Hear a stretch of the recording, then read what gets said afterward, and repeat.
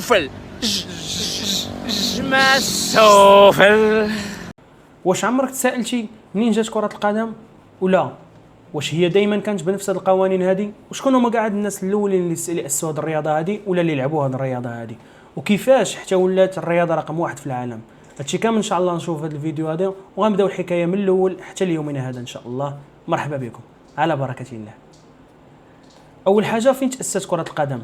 كره القدم ماشي رياضه اللي تزادت مره واحده، لا، بل بدات كره القدم قبل 2000 عام وبالضبط في الصين، وحتى في اليونان القديمه وروما القديمه حتى هما كانوا كيلعبوا، ولكن ماشي بنفس الطريقه اللي كنلعبوها حنا دابا ولا كما كنعرفوها حنا دابا.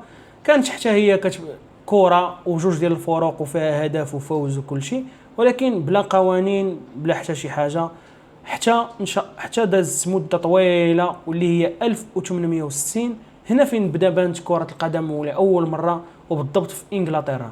هاد الرياضه هذه اسوها ناس بزاف اللي هما اللي اسسوا الاف اي، واللي هي ذا اسوسيشن فوتبول ولا ذا فوتبول اسوسيشن، اللي هي واحد الجمعيه ولا اول جمعيه تاسست كره القدم، اللي هما اللي نظموا اللعبه وخرجوا القوانين ديالها كاملين اللي هما اللي كنعرفوهم دابا، منها التسلل، منها الحكم، ومنها كره ما خصهاش تقيس في اليد.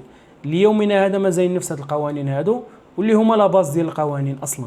من بعد اتبان اول فريق في تاريخ كره القدم، وبالضبط في 1862، اللي هو شيفيلد يونايتد اف سي.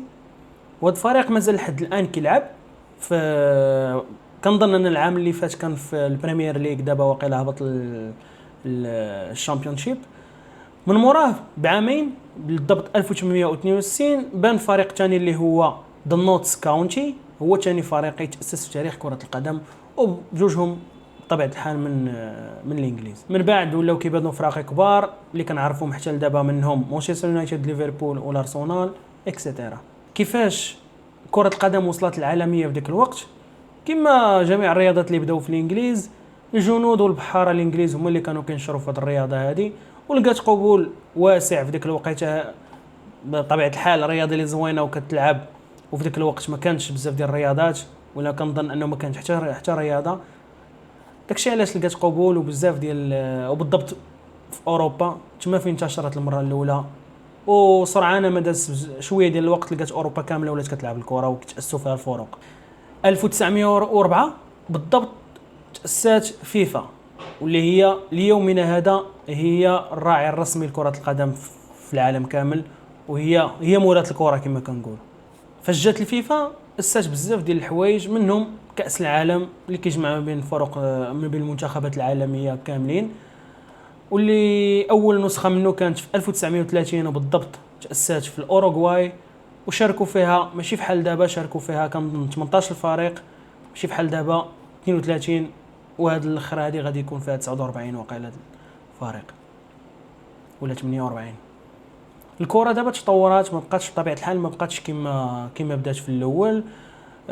خدات بزاف ديال الشعبيه حتى وصلت الان الرقم واحد في العالم، ومتغلبه بفارق شاسع على جميع الرياضات الاخرين، وحتى اعلاميا وتسويقيا وكل شيء كتبقى هي الرياضه رقم واحد.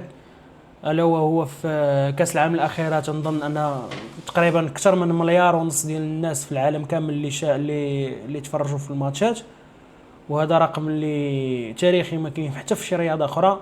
وفي تاريخي حتى في كاس العالم اللي هو اول مره غادي توصل هذا الرقم ديال المشاهدات، هو كاس العالم الاخيره اللي كانت في قطر.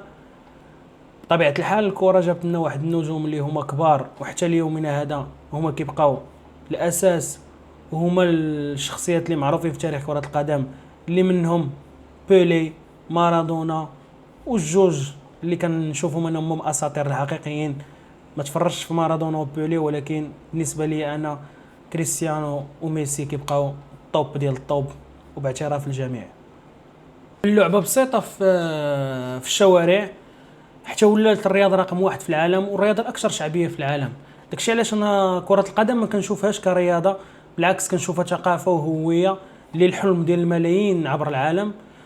الناس بزاف اللي باغا تلعب هاد الرياضه هذه ولا اللي كتلعبها في الشوارع ولا حتى بروفيسيونيل، الحلم ديالنا كما قلنا حنا كاملين، الاغلبيه ديالنا الحلم ديالو انه يلعب كره القدم.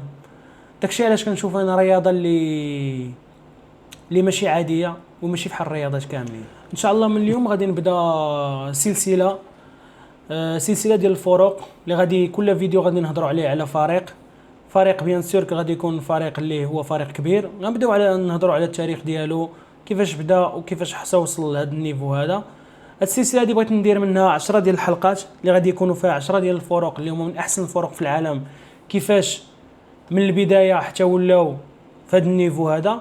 كنتمنى ان شاء الله تعجبكم السلسله، وكنتمنى حتى هذا الفيديو هذا يكون عجبكم. تهلاو في راسكم وما تنساوش ديروا ابوني وجيم وعلاش لا كومونتير، وقولوا لي الفريق اللي نهضر عليه اللي بدا به هاد السلسله هذه. كنتمنى يكون كل شيء بخير على خير. تهلاو لي في راسكم. تشاو الدراري.